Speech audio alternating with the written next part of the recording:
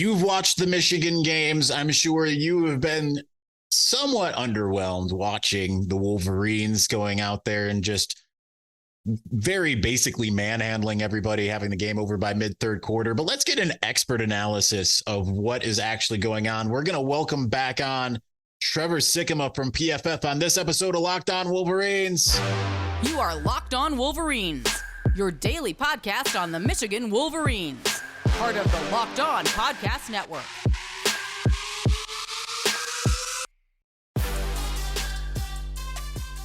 Happy Wednesday. We are back and doing it. Locked On Wolverines podcast, part of the Locked On Podcast Network, where it's your team every day. I am your man on the ground, Isaiah Hole, publisher of Wolverines Wire through USA Today Sports Media Group. And over there, and I got the pointing right this time on camera with the reverse and all of that, got Trevor Sikkema from PFF rejoining the show. Trevor, thanks for coming back on, man. Yeah, of course, Isaiah. Anytime, my friend. So first off, when we were talking a little bit off air, we'll get to kind of where Michigan is, but actually, let's just do it now. I'm bored. I'm sure there's a lot of other people out there who are a little bored, right? Like, I think it was like week one, Jase McCarthy throws for 280 yards, week two, 278. I think the least boring thing that happened was the weird week three. But when you look at what Michigan is, I mean, it's been boring. They haven't played anybody. They haven't been going out there and winning 66-3. But what are you seeing from this Michigan team? What's your 30,000 foot view at the moment?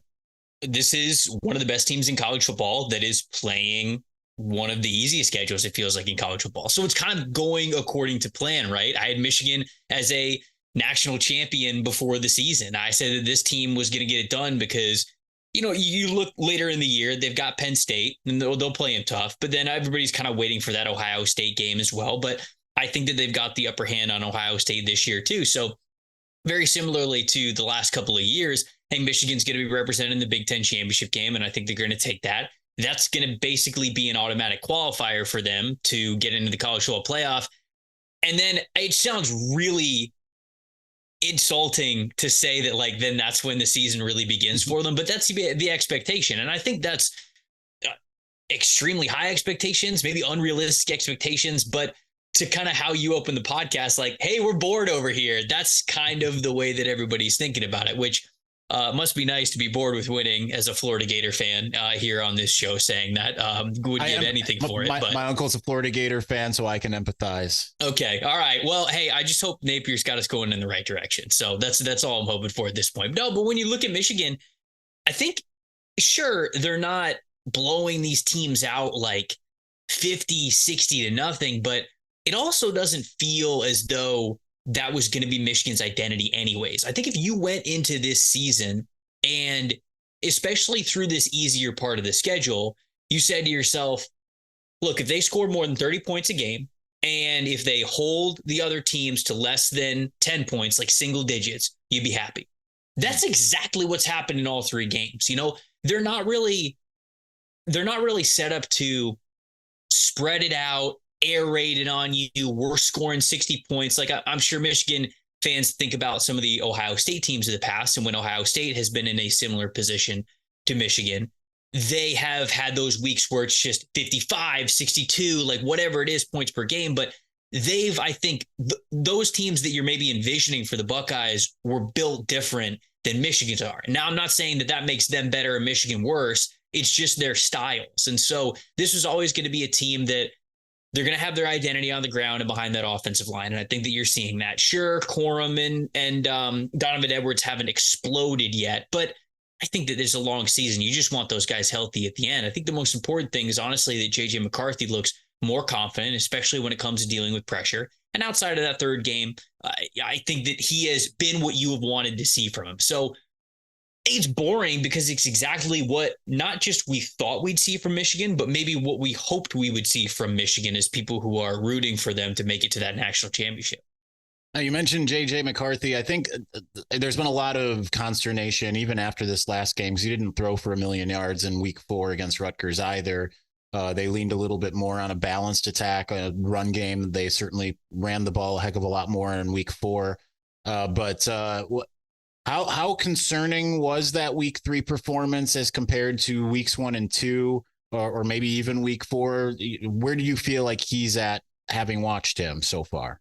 I wouldn't even say the word concerning really for week 3. Obviously, you don't want to see it. You want to see the quarterback play better. But those first 2 games from him impressed me so much, especially when it came to that play under pressure, because as you know, I had my scouting hat on this past summer. JJ McCarthy, now draft eligible for the first time. A lot of people really excited about him. Some people already had him as a first round target. I was not there yet. I'm gonna be honest. You know, when I was watching him back in June and July, I said, man, this is a guy who clearly has great arm talent. He is somebody who can push the ball down the field, and some of his best throws, even last year, looked fantastic. But he seemed more of a thrower and less of a quarterback when I watched him last year, you know, adjusting to pressure as it was coming to him, identifying things pre-snap and post-snap, that internal clock in the back of his head of when to get rid of the ball, when to scramble, when to bail from a clean pocket, or when to step up and stay in between the tackles. He just did not have that feel for the game last year. This year he does. So I'm looking at it completely differently, because people can look at stats and, you know, of course, the turnover worthy plays and the interceptions, you want to keep those down. But the most important evaluation of JJ McCarthy is honestly those plays that might be routine, that people just go, oh, yeah, see, that was a nice 12-yard completion. But it was him hanging tough in the pocket for an extra second, avoiding pressure, but keeping his eye downfield, staying on platform, ready to throw at all times.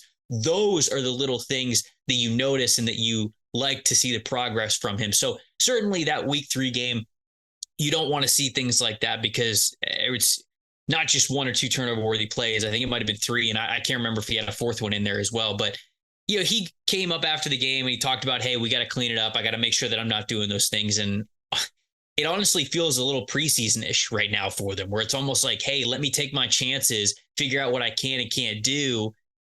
Then when we get to the second half of the season and into the postseason, you're ready to go. You've got full understanding of what you can do.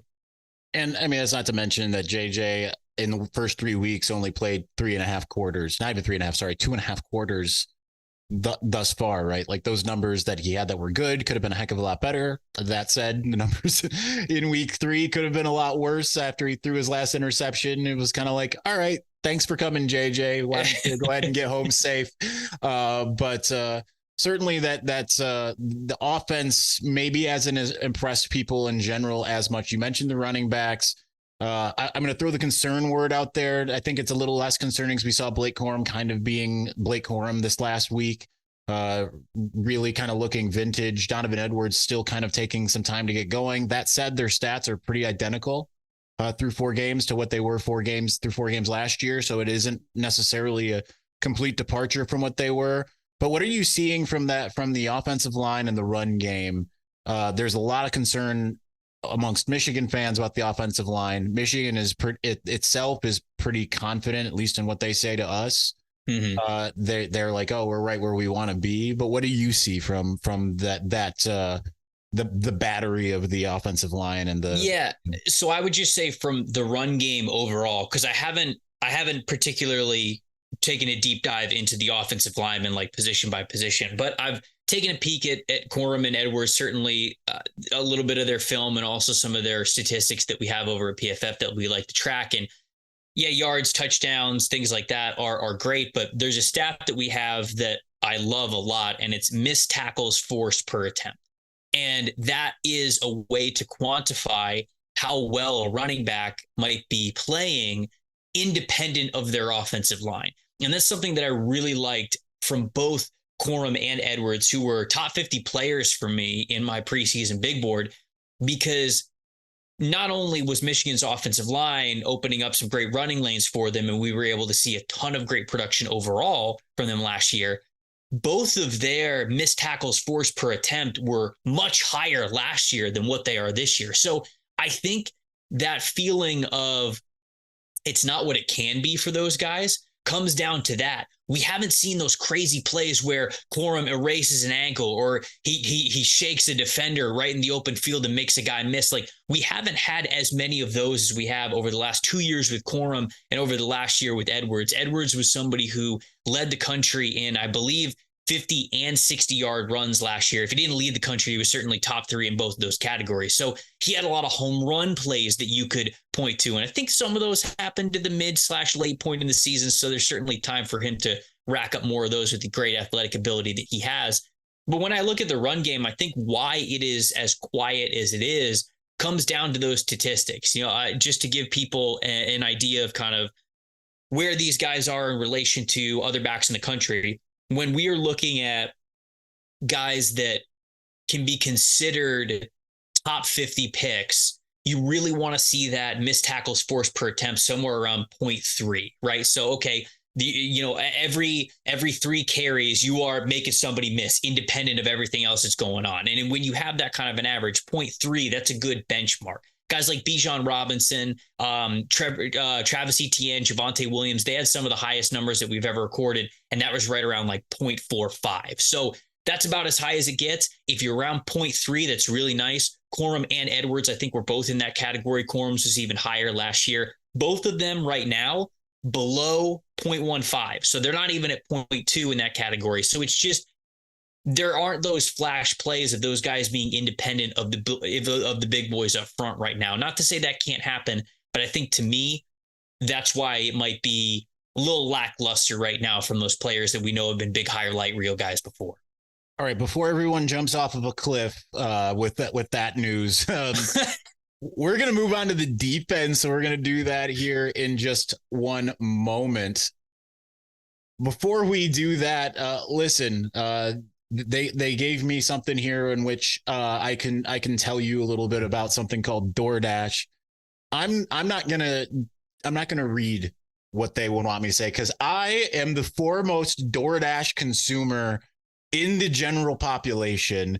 I DoorDash everything, whether I need. The stores and restaurants are right around the corner. I'm DoorDashing stuff that is literally in walking distance from my house. I could walk over there and pick it up. But I love the convenience of DoorDash. I pay a small monthly fee, and I don't have any delivery fees. And therefore, what's the difference? I tip someone $3 and I don't have to move from my couch or my office or my bed, depending on the time of day. I DoorDash dog food. I DoorDash pizza. I DoorDash anything that I can get. It is so easy to use. So I highly, highly, highly recommend it, because it is that cool of a product. So that's as personal of an endorsement as I can have. It's literally something I use just about every single day. So get 50% off of your first DoorDash order, up to $20 value when you use the code LOCKEDONCollege at checkout. Limited time offer, terms apply. That's 50% off of up to $20. No minimum subtotal and 0 delivery fees on your first order when you download the DoorDash app in the App Store and enter the code LOCKEDONCollege. Don't forget, that's code LOCKEDONCollege for 50% off of your first order with DoorDash. All right, we are still here with Tampa Bay Trey. Find him on X/Twitter, whatever you want to call it these days. Trevor Sikkema from PFF. So let's talk about the defense, because I think one of the interesting things that isn't getting talked about enough, right? Like, I know Michigan hasn't exactly played anybody, but the most any team has done is 7 points. And we've seen that twice, once in meaningful action, which was Rutgers on their first possession. The other time being in week 2, UNLV scored a touchdown in garbage time against Michigan's backups to the backups. Otherwise, it's been 3 points week 1, 6 points in meaningful time by Bowling Green in week 3. Well, how do you quantify this defense? I mean, obviously they haven't gone up against Ohio State level offense type of attack or anything like that. They haven't faced Michael Penix Jr. or anything like that. But how do you quantify what this defense is doing so far through 4 weeks? Well, it's extremely impressive, especially knowing that Will Johnson and Rob Moore are coming back from injury, right? Those are two guys who they were really looking forward to seeing in their secondary, and they haven't even been out there. So Moore is one of my favorite players in this class. I think he's just an extremely solid football player. I think I had him top 60 or 70 at the very least going into the season when it came to my 2024 big board host. So he's somebody that I'm excited to see now that he's back out there. I'm excited to see him kind of get it going, but just overall, it feels like they've got playmakers at every level, right? They've got Chris Jenkins playing along the defensive line, who is once again just an absolute unit when it comes to run defense. He's about as stout as it comes. So he has been great. I've loved what I've seen from Jalen Harrell, a little bit lighter of a pass rusher, but I just looked this up before we were recording. He's got a 25.0 pass rush win percentage this year, which is leaps and bounds better than it has been over the last couple of seasons. He had an 11.1 in 2021 where he saw very limited action. And then last year, when he got over 200 pass rush snaps, it was still right around 11%. So more than doubling how often he wins off the edge. I think that's been a great addition to their defensive line, along with Jenkins, who a lot of people already knew going into the season. Junior Colson, obviously rock solid, I think, in the middle. One of the top linebackers that we have in the potential 2024 class. So it's just a group that, especially when you get Johnson and when you get Rob Moore back, I know they got Samerstill as well, who's great in the slot. And it's like, they just have playmakers everywhere. There's not a lot of areas where teams, especially in the early part of their schedule, can say, all right, we're going to attack this part of Michigan. There's just not really a lot of areas where they can do that. And I think that's why you see such a suffocatingly low points per game average when it comes to the teams that have been playing up against them. How do you feel like it compares to maybe, like you just mentioned, Jalen Harold year over year playing so much better? I mean, we'll see more against Nebraska, who, from a statistical standpoint, enters with the number 2 rushing offense. So certainly that's going to be a challenge. The option, Heinrich Haber, which is I don't want to say it's the most Nebraska name, but it's certainly the most like I play for German football that I've ever heard. But nonetheless, it's we haven't necessarily seen them, but like, how confident are you at this point of where Michigan stands, maybe especially compared to what we saw in 2021, 2022, which were obviously some really good defenses? Yeah, I mean, with Harold breaking out, I mean, I think that's really important because as much as I like Chris Jenkins in the middle, he's still becoming a great pass rusher. So it's not like you could have leaned on him to say, yeah, he's going to be a game wrecker for you in the middle, like, a Quinnen Williams or like, somebody like that who could just take over a game as a pass rusher, as an interior defensive line player. So you knew that you were going to get rock solid play for him, but how much of collapse in the pocket were you going to get? Harold really stepping up and doubling his pass rush productivity. It's huge. It's massive for them. And that was one of the areas where I looked at this team and I was like, okay, really like their secondary. Obviously, I like Colson in the middle. I like the athleticism that they have in the apex with Samerstill as well. It's just, do they have the dogs on the defensive line to really be able to get after the quarterback, especially when they start playing those better teams? And Harold really helps that. So, it's not the star-studded, I think, defensive line, like what they have with Mozzie Smith and what they had with Aiden Hutchinson and guys like that who you could really point to even before the season to say, wow, we've got some crazy athletes who can really get after the passer. It's a little bit different than it was then, but I still think that it's pretty dang solid, especially when you throw Harold's production into the mix. All right, last one for you, and let's get into some hyperbole here. We like you said, we kind of got what we expected from Michigan thus far in the first 4 games. You're on the record of you still think that they are at the very least going to win the Big Ten. They are your national champion pick. How do you see at least the next month going? Do you think it's going to be more of the same? Do you think that we see a different Michigan team as we go forward?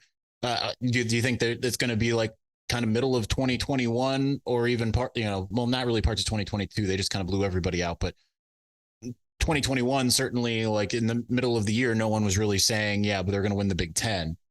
But how do you think that this next month is going to go for Michigan? Is it going to be tight wins? Could they slip up somewhere?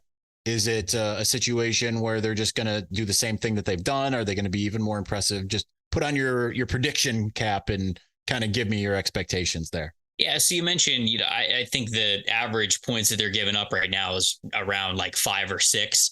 It'll probably go up. Certainly, it might come around like 10. You might get teams that'll score a couple of touchdowns, actually get into double digits against them. But they should be able to handle all of these teams over the next month. They really should. They should be 8-0. They should run the table in October. I certainly feel like they're going to run the table. At least they should throughout the regular season. And so I think it's going to be business as usual for this team.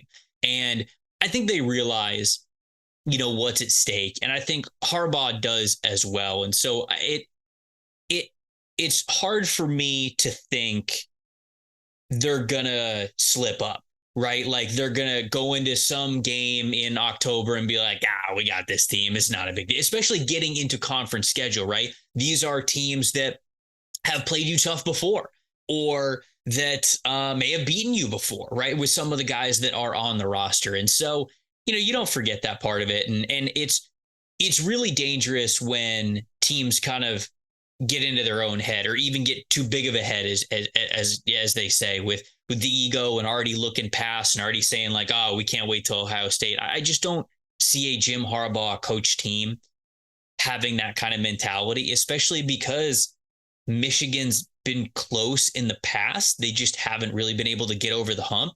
You can preach to them like, hey, it's these games here that turn you into a champion. Yeah, like you got to win the big ones at the end with the championship, the ones that give you trophies, if you will. But it's the ones here in the middle of the year that actually define the character that makes for the results that we're going to see at the end of the season. And with Harbaugh being as close as he has before to getting to that national championship game and potentially winning a national championship, I think he realizes that certainly with the group he has now, there could be a lot of turnover next year, and it might be much more of a rebuilding phase for Michigan. This feels like it might be towards, not that I feel like Michigan's going to go away or anything, but like the end of a national championship winning window that they've had over the last couple of years. This feels like the final act of that, especially if McCarthy leaves. So I think that they're going to stay focused, and I really don't see a slip up, man. I see even getting into Big Ten play, I see a lot of the same. They should handle business. They should be scoring around 30 points a game, keeping their opponents anywhere from 10 to 15 points a game. And that's going to be what I expect from them in October. Well, PFF analysts have come onto this show for the last 3 years and have been very accurate at predictions, which is why, even though we're mostly looking back, what did this guy do? What does his grade mean? All of that kind of stuff. I remember Anthony Treesh came on here in 2021. The week before the Wisconsin game, Michigan had just barely beaten Rutgers 20-14 or 20-13, whatever it was. And Anthony Treesh is like, well, they're going to beat Wisconsin and they're going to probably go on. And the only question I have is, can they beat Ohio State? And everyone was like, what is he talking about? This guy knows nothing. And then he ended up being absolutely correct. So it's a high standard to come on here and proclaim, Michigan's a national championship caliber team. So we're going to keep, kind of jabbing at that throughout, just kind of remind people of your guys' ability to analyze the game. So thank you very much, Trevor. I appreciate you coming on and joining us as always. We'll look forward to having you back hopefully in a couple weeks. Yeah, I appreciate it, Zay. Anytime. Absolutely. Trevor Sikkema from PFF at Tampa Bay Trey on social media. Again, big thanks to him for joining. We have to at least talk a little bit about, I know we've talked about Michigan State. We have to at least talk about the fact that Mel Tucker officially fired. So we need to start preparing for the Newt Rockne, Rocky Lombardi head coaching duo with Bill Belichick and Jim Harbaugh on as analysts. I know I'm just making stuff up at this point, but that's what I do. Anyway, we will talk about that here in just one moment. But before we do that, listen, there have been so many times that I have tried to get concert tickets and it's just been a stressful situation, right? Like you're trying to find the right seats. You're trying to get the right price. So it doesn't even have to be concerts. I think about the times back in the old days when there weren't a bunch of apps out there. There was like one, and it's like, man, I want to go to the Tigers playoff game in 2006. I want to go see the Pistons in their playoff run in 2004. And I find myself at the mercy of these awful scenarios. You don't have to worry about that anymore because Gametime is something that exists. It's amazing. Gametime is the fast and easy way to buy tickets for all the sports, music, comedy, and theater events near you with killer last-minute deals, all-in prices, views from your seat, and their best price guarantee. Gametime takes the guesswork out of buying tickets. Like I've said, there's so many great things about Gametime. I will keep on preaching. The seat view is incredible. That's exactly what you need. I will remind you every time about the time that I went on a date and saw Wicked, and we had a column like somewhat obstructing our view, and it was just a bummer. It was the worst date I've ever been on. We were talking about what expressways are our favorite on the way home because that's just the level of how bad it was. But you can get views from all seats in the house. So that's the great thing about it. But Gametime is obsessed with finding ways to help you save money on tickets. They have deals on tickets right up to the start of the event, even an hour after it starts. I mean, if I would have known about Gametime last year when Sarah and I went and saw James Arthur, I mean, because we learned very quickly that we were not equipped for the general admission floor seats. And so we wanted balcony, and we were kind of stuck. So that's where Gametime can alleviate some of these things. Find exclusive flash deals and sponsored deals on tickets for football, basketball, baseball, concerts, comedy, theater, and more. With zone deals, you pick the section and Gametime picks the seats for an average of an 18% savings. And the Gametime guarantee means you'll always get the best price. If you find tickets in the same section and row for less, Gametime will credit you 110% of the difference. So take the guesswork out of buying tickets with Gametime. Download the Gametime app, create an account, use the code LOCKEDONCollege for $20 off of your first purchase. Terms apply. Again, create an account and redeem the code LOCKEDONCollege for $20 off. Download Gametime today. Last minute tickets, lowest price, guaranteed.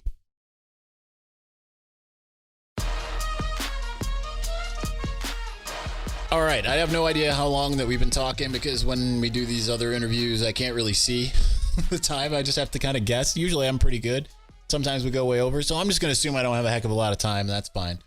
I will say that I haven't put it out at the time of me saying this, but get your questions in for the mailbag. I'm going to have to record that on Thursday since we are going to be, I say we, it's the royal we, going to be on the road to Nebraska. Yes, I am driving and don't know that I'm looking forward to that, but maybe it'll be a fun time.